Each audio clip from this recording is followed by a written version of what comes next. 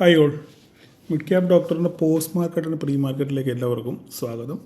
ഇന്ന് എല്ലാവർക്കും ന്യായമായി പ്രോഫിറ്റ് ബുക്ക് ചെയ്യാനുള്ള അവസരം സുന്ദരമായിട്ട് ഇന്നത്തെ ചാർട്ടിനകത്തിലുണ്ടായിരുന്നു. സുന്ദരമായിട്ട് പ്രോഫിറ്റ് ബുക്ക് ചെയ്യാനുള്ള അവസരം നിങ്ങൾക്കുണ്ടായിരുന്നു.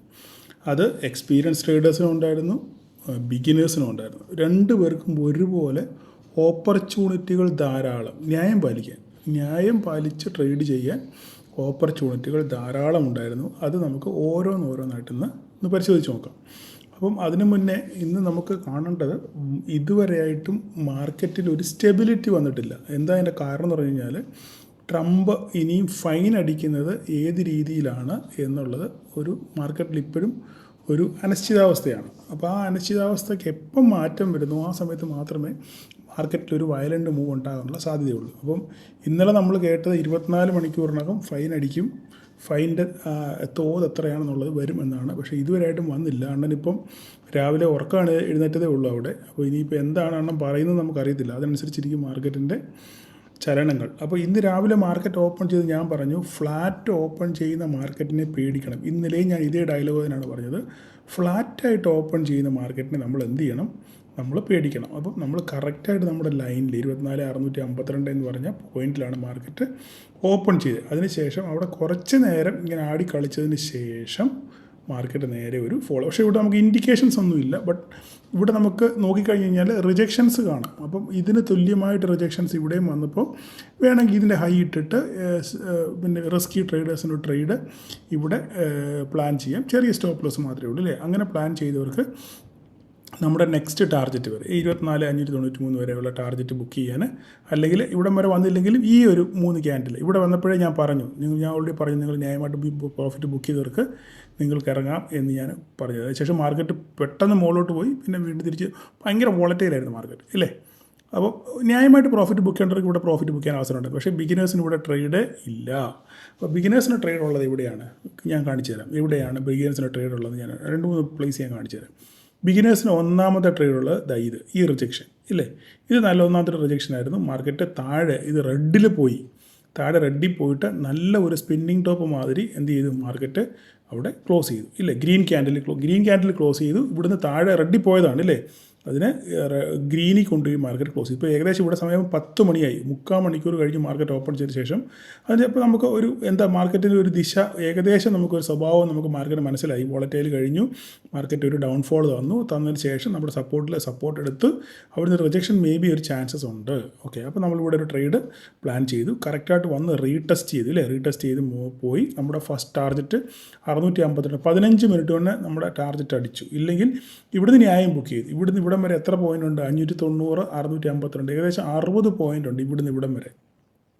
60 പോയിൻറ്റിൽ പോട്ടെ, ഒരു 50 പോയിൻറ്റ്, 40 പോയിൻറ്റ്, 30 പോയിൻറ്റ്, 25 പോയിൻറ്റ് പിടിക്കാൻ പറ്റിയാൽ നിങ്ങൾക്കൊരു ന്യായമായിട്ടൊരു 15-20 പോയിൻറ്റ് നിങ്ങൾക്ക് ഇവിടുന്ന് ബുക്ക് ചെയ്യാൻ ഒരവസരം ഇവിടെ ഉണ്ടായിരുന്നു. ഓക്കെ, അതിനുശേഷം അടുത്തത് ഇവിടെ റിജക്ഷൻ വന്നു ഇല്ലേ? റിജക്ഷൻ വന്നപ്പോഴും ഇതേ പോയിന്റ് തന്നെ, നമ്മുടെ പോയിന്റിൽ നിന്ന് റിജക്റ്റ് ചെയ്ത ഒരു ക്യാൻഡിൽ നമുക്ക് നല്ലൊരു ഫുൾ റിജക്ഷൻ കിട്ടി. അവിടെ നിങ്ങൾക്കൊരു ഓപ്പർച്യൂണിറ്റി ഉണ്ടായിരുന്നു. അതിന് സ്റ്റോപ്പ് ലോസ് നമുക്ക് ഇവിടെ ഇതിപ്പോൾ ഞാനിപ്പോൾ പറയുമ്പോൾ നിങ്ങൾ വിചാരിക്കും മാർക്കറ്റിന് ശേഷം നിങ്ങൾക്ക് എന്ത് വേണേൽ പറയാമായിരിക്കും. പക്ഷേങ്കിൽ ഇതൊക്കെ പല പ്രാവശ്യം, 1-2 പ്രാവശ്യമല്ല, എല്ലാ ദിവസവും എൻ്റെ വീഡിയോകളിലൊക്കെ ഇതിങ്ങനെയുള്ള കാര്യങ്ങൾ വളരെ വ്യക്തമായിട്ട് ഞാൻ പറയാറുള്ളതാണ്. ഇങ്ങനെയുള്ള കാര്യങ്ങൾ നമ്മൾ പരീക്ഷിച്ച് ട്രേഡ് ചെയ്യാറുള്ളതാണ്. ട്രേഡ് ചെയ്ത് വിജയിച്ച് ധാരാളം ആൾക്കാരുമുണ്ട്. അവർ നിങ്ങൾ താഴെ കമൻറ്റ് ചെയ്യുക. ഓക്കെ, ഇന്ന് റിജക്ഷൻ ക്യാൻഡിൽ ട്രേഡ് എടുത്തവരെല്ലാം നിങ്ങൾ ദയവ് ചെയ്തെന്ന് താഴെ ഒന്ന് കമൻറ്റ് ചെയ്യണമെന്ന് അഭ്യർത്ഥിക്കുന്നു. ഓക്കെ, അപ്പോൾ അവിടെ ഒരു ഓപ്പർച്യൂണിറ്റി ഉണ്ടായിരുന്നു. അതിനുശേഷം മാർക്കറ്റ് നല്ലപോലൊരു ഫോൾ കിട്ടി. അവിടെ നിങ്ങൾ ബുക്ക് ചെയ്തവർക്ക് ഓക്കെ. അതിനുശേഷം പിന്നെ മാർക്കറ്റിൽ കൺസോൾട്ടേഷൻ മോഡിലേക്ക് പോയി അല്ലേ? കുറേ നേരം ഇങ്ങനെ ആടിക്കളിച്ച് മാർക്കറ്റ് എന്ത് ചെയ്തു? ഇവിടുന്ന് മുകളിൽ പോയി നേരെ പിന്നെ ഇവിടെ പിന്നെ വേറെ എങ്ങും ഒരു ഓപ്പർച്യൂണിറ്റി നമ്മളിവിടെ എങ്ങും കാണാനില്ല. ഉണ്ടോ? ഇല്ല, ഇവിടെ എങ്ങും ഒരു ഓപ്പർച്യൂണിറ്റി നമുക്ക് കാണാനില്ല. ബാക്കിയത്ത് നമുക്കൊരു കൺഫർമേഷൻ ട്രേഡ് നമുക്ക് ഇല്ല. ഓക്കെ, അതിനുശേഷം ഇവിടെയൊക്കെ നോക്കിക്കഴിഞ്ഞാൽ കൺഫർമേഷൻ ട്രേഡ് നമുക്കില്ല. ഇവിടെ നമ്മൾ ഓൾറെഡി പറഞ്ഞു, നമ്മൾ ഓൾറെഡി ട്രേഡ് പറഞ്ഞു ഇല്ലേ? പിന്നെ നമുക്കൊന്നും ഇവിടെങ്ങും ഒരു കൺഫർമേഷൻ ട്രേഡ് ഇല്ല. റിസ്ക് എടുത്ത് ട്രേഡ് എടുക്കുന്നവർക്ക് ധാരാളം ഓപ്പർച്യൂണിറ്റീസ് ഉണ്ട്. പക്ഷേ ഈ കൺഫർമേഷൻ ട്രേഡ്സ് ഒന്നും നമുക്കിവിടെ എങ്ങുമില്ല. ഇവിടെ എങ്ങാണ് നോക്കിക്കേ, ഇവിടെ എങ്ങും നോക്കിയാൽ നമുക്കൊരു ട്രേഡ് ഓപ്പർച്യൂണിറ്റി നമുക്കൊന്നും എടുക്കാൻ നമുക്ക് പറ്റുന്നൊരു സിറ്റുവേഷൻ അല്ലായിരുന്നു. പിന്നെ ആകെ ഉള്ളത് ഇവിടെയായിരുന്നു. ഇവിടെയും ഇവിടെ ഈ ഒരു ഓപ്പർച്യൂണിറ്റി ഉണ്ടായിരുന്നു എങ്കിലും ഒരു 75-80% ഒരു ബോഡി നമുക്കുണ്ട്. കാരണം താഴെ നിന്ന് വീടൊരു മാർക്കറ്റ്, പിന്നെ ഒരു പ്രോഫിറ്റ് ബുക്കിംഗ് നടത്തി, പിന്നെ ഒരു നല്ലൊരു റെഡ് ക്യാൻഡിൽ വന്നു. ഇവിടെ ഒരു കറക്റ്റായിട്ട് പറയാനുണ്ട് 70-75% ഉള്ളു ബോഡി. പക്ഷേങ്കിൽ റിസ്ക് എടുക്കുന്നവർക്ക് ഒരു ട്രേഡ് എടുക്കാം. വന്ന് റീടെസ്റ്റ് ചെയ്തു ഇല്ലേ, ആ റീടെസ്റ്റിലാണ് ഒരു കൺഫർമേഷൻ. റീടെസ്റ്റ് ചെയ്ത് മുകളിൽ നിന്ന് റിജക്ഷൻ വന്നു ഇല്ലേ. അപ്പം ഇത് ഇത്ര ഏരിയ നോക്കിക്കഴിഞ്ഞാൽ സ്ഥിരമായിട്ട് നമ്മൾ കീനായിട്ട് മാർക്കറ്റിനെ സ്ഥിരമായിട്ട് വാച്ച് ചെയ്യുന്നവർക്കാണെന്നുണ്ടെങ്കിൽ ഈ ഒരു ഏരിയ അതായത് 5, 10, 15, 20, 25, 30 ഈ 30 മിനിറ്റ് നേരം മാർക്കറ്റിനെ വാച്ച് ചെയ്യുന്നവർക്ക് ഒരു ഐഡിയ കിട്ടും. എന്താണ് മാർക്കറ്റ് ഇവിടുന്ന് താഴെ നിന്ന് ഫോൾ വന്നു, അതിനുശേഷം ഇവിടം വരെ വന്നു, ഒരു പ്രോഫിറ്റ് ബുക്കിംഗ് ഉണ്ടായി, അതിനുശേഷം വീണ്ടും ഒരു സെല്ലിംഗ് പ്രഷർ വന്നു, മാർക്കറ്റ് ഒരു കൺഫർമേഷൻ വേണ്ടി റീടെസ്റ്റ് ചെയ്ത് മാർക്കറ്റിനെ റിജക്റ്റ് ചെയ്തു. അങ്ങനെയാണെങ്കിൽ ഒരു കൺഫർമേഷൻ കിട്ടും. അങ്ങനെയാണെങ്കിൽ ഈ റീടെസ്റ്റിൽ ട്രേഡ് എടുത്തവർക്ക് ഒരു പക്ഷേ നല്ലൊരു ഓപ്പർച്യൂണിറ്റി ഒരു 10, 25, 30 പോയിന്റ് കിട്ടാനുള്ള അവസരം ഉണ്ടായിരുന്നു. അപ്പോൾ ഇതൊക്കെയാണ് ഇന്നത്തെ മാർക്കറ്റിനകത്തിലെ അവസരം. അപ്പോൾ ഒരാൾ എന്നോട് ചോദിച്ചു, സാർ ഇതൊരു ഭയങ്കര റിജക്ഷൻ, ഈ റിജക്ഷനിൽ നമുക്കൊരു ട്രേഡ് ഓപ്പർച്യൂണിറ്റി ഉണ്ടായിരുന്നു. ഇവിടെ നമുക്ക് എങ്ങനെ ഒരു ട്രേഡ് എടുക്കാൻ പറ്റും? ഒരിക്കലും ട്രേഡ് എടുക്കാൻ പറ്റില്ല. കാരണം ഇവിടെ നമ്മുടെ സപ്പോർട്ടോ റെസിസ്റ്റൻസോ അല്ല, ആ ഏരിയയിലല്ല നമുക്ക് മാർക്കറ്റ് വന്ന് ഒന്നുകിൽ സപ്പോർട്ട് എടുത്ത് വന്ന് ആ പോയിന്റിൽ നിൽക്കണം ഇല്ലേ. ഇത് നമ്മുടെ പോയിന്റിൽ നിന്ന് ഒത്തിരി ഫാറാണ്, വളരെ ദൂരെയാണ് നമുക്ക്. അപ്പോൾ നമുക്കവിടെ ഒരു കൺഫർമേഷന് ഒരു ട്രേഡ് എടുക്കുവാണെങ്കിൽ തന്നെ നമ്മുടെ സ്റ്റോപ്പ് ലോസ് വളരെ വളരെ വലുതായിരിക്കും ഇല്ലേ. അപ്പോൾ നമുക്ക് അവിടെ അങ്ങനെ ഒരു ട്രേഡ് ഓപ്പർച്യൂണിറ്റി നമുക്ക് ഇല്ല. അത് മാത്രമല്ല, ഇത്ര റിജക്ഷനേ ഉള്ളൂ, കുറച്ച് ഒരു ക്യാൻഡിലുണ്ട്. അപ്പോൾ ഇവിടുന്ന് റിജക്ഷൻ എന്ന് പറയുമ്പോൾ മുകളിലോട്ട് മാർക്കറ്റ് പോകും എന്നുള്ളൊരു ധാരണയിലാണ് ഈ റിജക്ഷൻ്റെ കാര്യം പറയുന്നത്.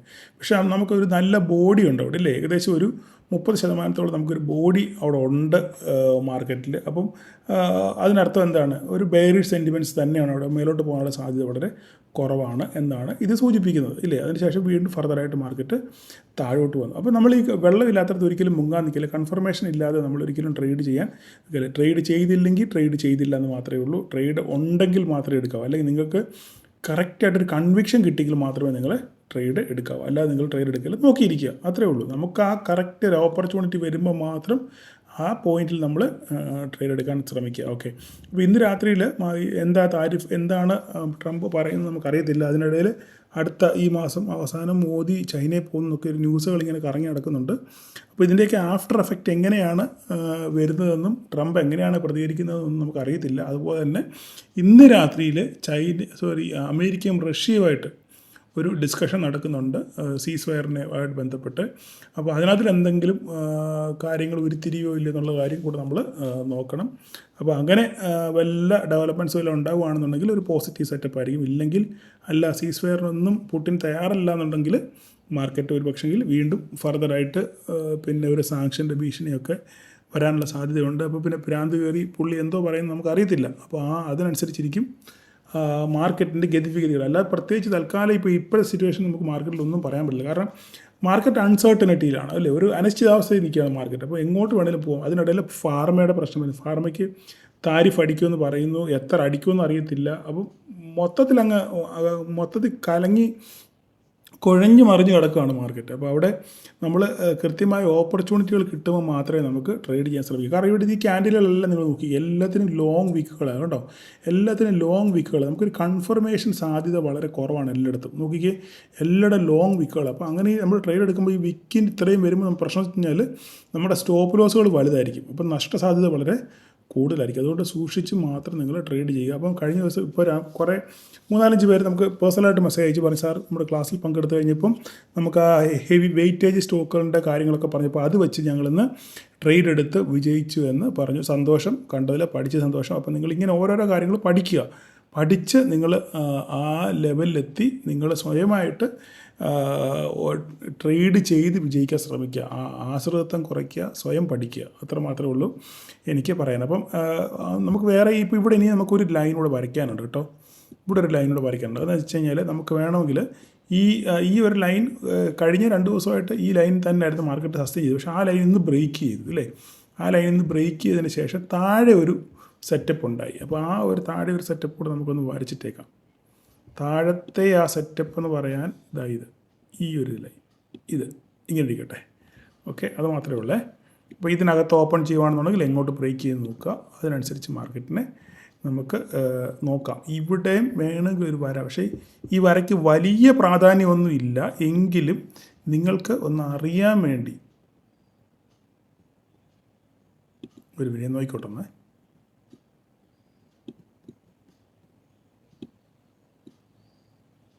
ഈ വര ഇങ്ങനെ ആയാലോ? ഓക്കെ, ഇങ്ങനെ ഇരുന്നോട്ടെ കേട്ടോ. ഈ വര അങ്ങനെ വിട്ടിരുന്നോട്ടെ. നമുക്ക് ഒരു ചെറിയ റെസിസ്റ്റൻസ് അവിടെ ഇന്ന് ക്രിയേറ്റ് ചെയ്ത റെസിസ്റ്റൻസ് സപ്പോർട്ടുമാണിത്. അപ്പോൾ അവിടെ തന്നെ ഇരുന്നോട്ടെ. നമുക്ക് നാളെ അതെടുത്ത് കളയാം. ഇന്ന് ചിലപ്പോൾ എന്തെങ്കിലും നാളെ ഒരു ഗുണം ഉണ്ടാകുമോ നമുക്ക് നോക്കാം ആ ലൈൻ കൊണ്ട്. അപ്പോൾ എവിടെ ബ്രേക്ക് ചെയ്യുന്നു, എങ്ങോട്ട് ബ്രേക്ക് ചെയ്യുന്നു, ആ ലെവലിലോട്ട് നമുക്കൊന്ന് പോകാം. നമുക്ക് ഡേ ഒന്ന് നോക്കിയേക്കാം. ഞാൻ ഡേ ഒന്നും നോക്കിയില്ല. ഡേ നോക്കിക്കഴിഞ്ഞാലും നല്ലൊരു ബെയറിഷ് സെറ്റപ്പാണ്, എങ്കിൽ തന്നെ റിജക്ഷനാണ്. എന്തായാലും നമുക്ക് 24,500 താഴോട്ട് പോകാതെ നമുക്ക് ഒരു കഥയും പറയാൻ പറ്റത്തില്ല. ഓക്കെ, അപ്പോൾ ഇന്ന് RBI മോണിറ്ററി പോളിസി വന്നു. അവിടെയും വലിയ പ്രതീക്ഷകൾ കാര്യങ്ങളൊന്നുമില്ല.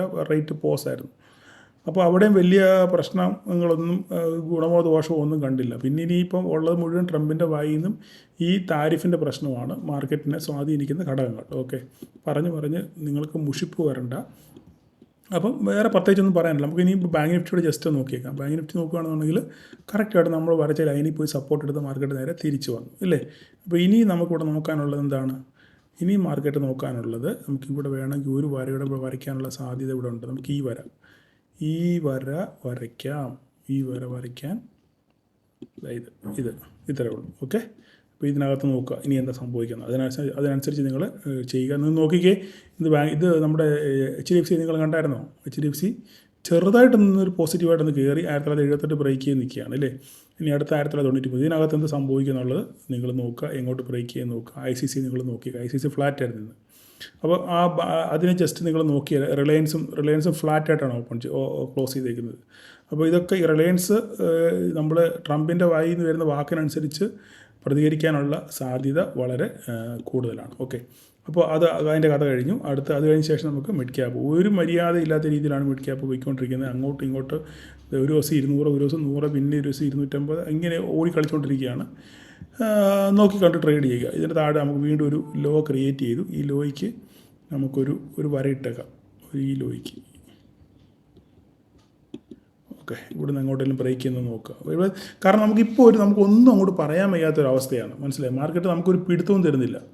അപ്പോൾ നമുക്കൊരു കൺഫർമേഷനോ കാര്യങ്ങളോ ഒരു കൃത്യമായ ഗൈഡൻസോ ഒന്നും മാർക്കറ്റിൽ നിന്ന് കിട്ടുന്നില്ല. നമ്മളെ കുറ്റം പറഞ്ഞിട്ട് കാര്യമില്ല.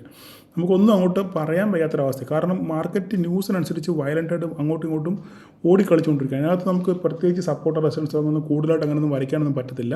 മാർക്കറ്റ് ഒന്ന് സെറ്റിലാവണം. ആ സെറ്റിലാവാൻ വേണ്ടി നമ്മളൊന്ന് വെയിറ്റ് ചെയ്യുക. ഓക്കെ, അതുവരെ ട്രേഡ് ഇല്ലെങ്കിൽ മാറി നിൽക്കുക, അല്ലെങ്കിൽ നോക്കി പഠിക്കുക. ഇതൊക്കെ മാത്രമേ നമുക്കിതിനകത്തിൽ ചെയ്യാനുള്ളൂ. വേറെ പ്രത്യേകിച്ച് കാര്യങ്ങളൊന്നും ഇന്ന് പറയാനില്ല. അപ്പം ഇന്ന് പ്രോഫിറ്റ് ബുക്ക് ചെയ്തവർക്കെല്ലാം